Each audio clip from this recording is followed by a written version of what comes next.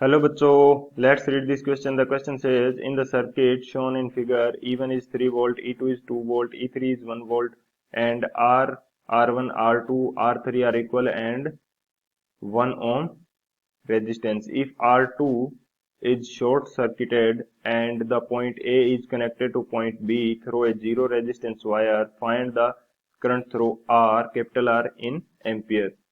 हमें बोला गया है कि एक फिगर दिया है जिसके अंदर R1, R2 and R3 given है, point A and B given है। अगर इनको R2 जो स्मॉल R2 रेजिस्टेंस है इसको शॉर्ट सर्किट कर दिया जाए तो उसके बाद में कैपिटल R रेजिस्टेंस के अंदर कितनी करंट फ्लो होगी ये हमें फाइंड आउट करनी है। तो इसके लिए हमारा की कंसेप्ट क्या हो जाएगा, की कंसेप्ट देख लेते हैं। की कंसेप्ट, जो फर्स्ट की कंसेप्ट हम यूज करने वाले हैं वो हो जाएगा Kirchhoff voltage law. Kirchhoff voltage law, Kirchhoff voltage law, इसको केवीएल भी बोलते हैं, केवीएल। ये हमारे पास क्या हो जाएगा, किरचॉफ वोल्टेज लॉ। केवीएल का स्टेटमेंट क्या होता है कि जो total voltages around a loop है उनका सम क्या होगा, वो जीरो के इक्वल होता है। यानी कि the sum of total voltages drop around a close loop is equal to zero. अगर इसका मैथमेटिकल रिप्रेजेंटेशन किया जाए तो ये होगा sigma V which is equal to zero, यानी कि टोटल वोल्टेजेस ड्रॉप्स जो होंगी उनका सम क्या होगा, जीरो के इक्वल। ये हमारे पास हो गया Kirchhoff voltage law. And second जो की कंसेप्ट हम यूज करने वाले हैं वो क्या है, अगर किसी को रेजिस्टेंस को शॉर्ट सर्किट कर दिया जाए तो उस रेजिस्टेंस में कोई करंट फ्लो नहीं होती। यानी कि एक लिखना चाहूं तो if A resistance is short circuited short circuit then there is no current in the resistance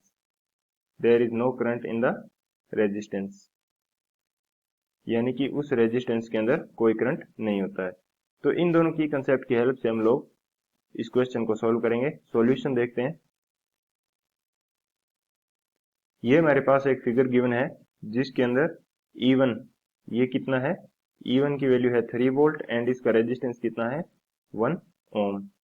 E2 की वैल्यू हमारे पास है 2 वोल्ट, E2 हमारे पास क्या है, 2 वोल्ट एंड इसका रेजिस्टेंस R2 ये हमारे पास कितना है, ये है 1 ओम।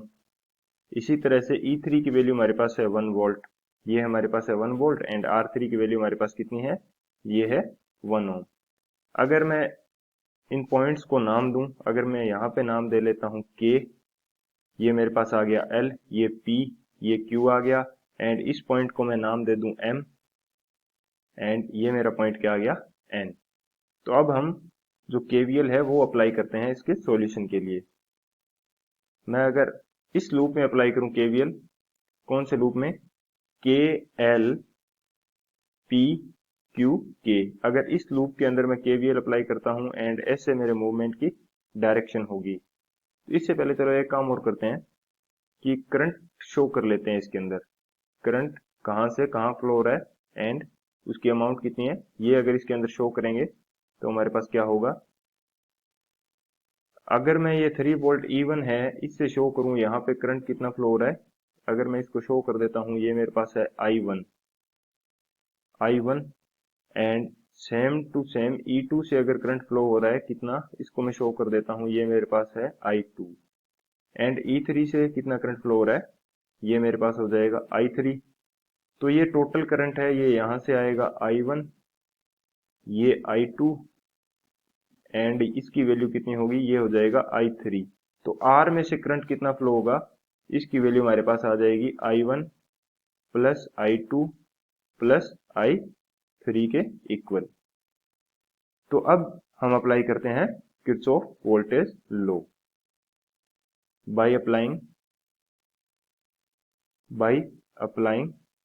KVL इन लूप, कौन से लूप में अप्लाई कर रहे हैं हम लोग अप्लाई कर रहे हैं लूप KL PQ K। इस लूप के अंदर हम केवीएल अप्लाई कर रहे हैं। यदि मैं स्टार्ट करूं पॉइंट के से स्टार्ट करूं, अपनी मूवमेंट के से स्टार्ट करूंगा, तो ये मेरे पास क्या आ जाएगा, E1 minus I1 and resistance R1 की वैल्यू मेरे पास कितनी है, ये मेरे पास है 1 ओम, एंड आगे मेरी मूवमेंट होगी माइनस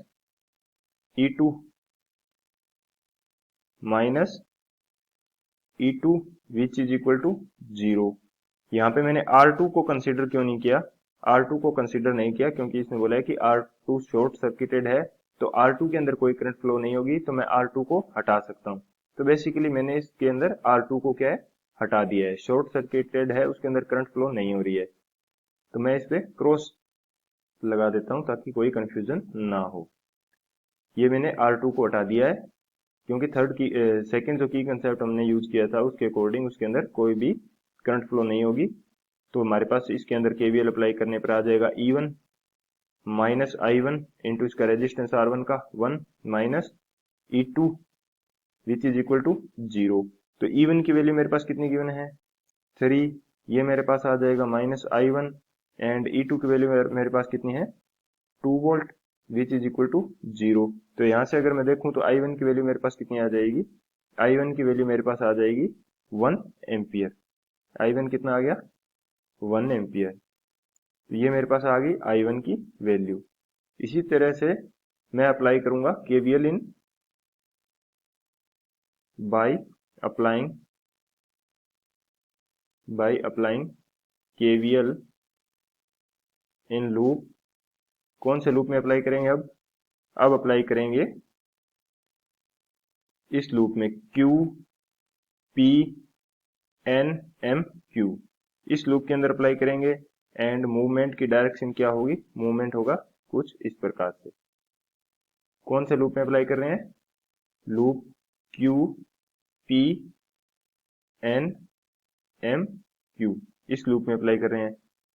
तो अगर देखा जाए मैं मूवमेंट स्टार्ट करता हूं E2 पॉइंट से, यानी कि Q पॉइंट से स्टार्ट करूंगा, तो मेरे पास आ जाएगा E2 एंड R2 के अंदर कोई करंट फ्लो नहीं हो रही, तो इसको हटा देंगे। यहां से आ जाएगा minus I3 R3 and minus E3। क्या आएगा मेरे पास, E2 एंड R2 में कोई करंट है नहीं, एंड ये आगे आ जाएगा plus I3 and R3, and ये मेरे पास आ जाएगा minus E1 which is equal to 0। अब यहाँ पे प्लस I3 क्यों लिया, क्योंकि जिस डायरेक्शन में हम मूवमेंट कर रहे हैं वहां क्या है, पोटेंशियल क्या हो रहा है, इंक्रीज हो रहा है, सो हमने प्लस लिया है। तो E2 की वैल्यू हमारे पास कितनी गिवन है, E2 की वैल्यू है हमारे पास 2, I3 की वैल्यू यहाँ से फाइंड आउट हो जाएगी, एंड R3 है हमारे पास 1, E1 की वैल्यू है हमारे पास 1 विच इज इक्वल टू 0। तो यहाँ से I3 की वैल्यू हमारे पास कितनी आ जाएगी, I3 की वैल्यू हमारे पास आ जाएगी -1।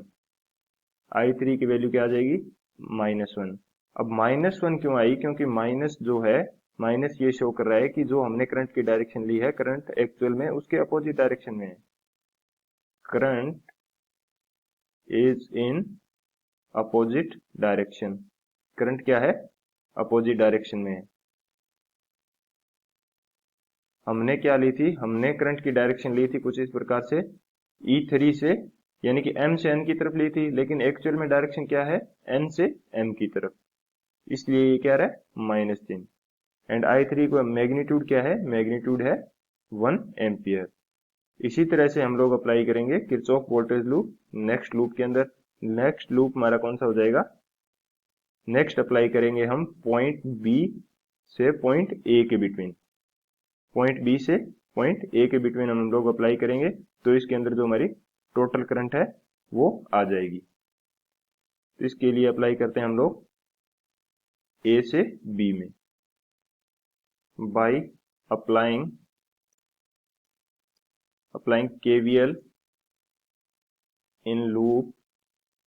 कौन से लूप में अप्लाई कर रहे हैं हम लोग, लूप में अप्लाई करेंगे B Q P A, इस लूप में, यानी कि between point B and A,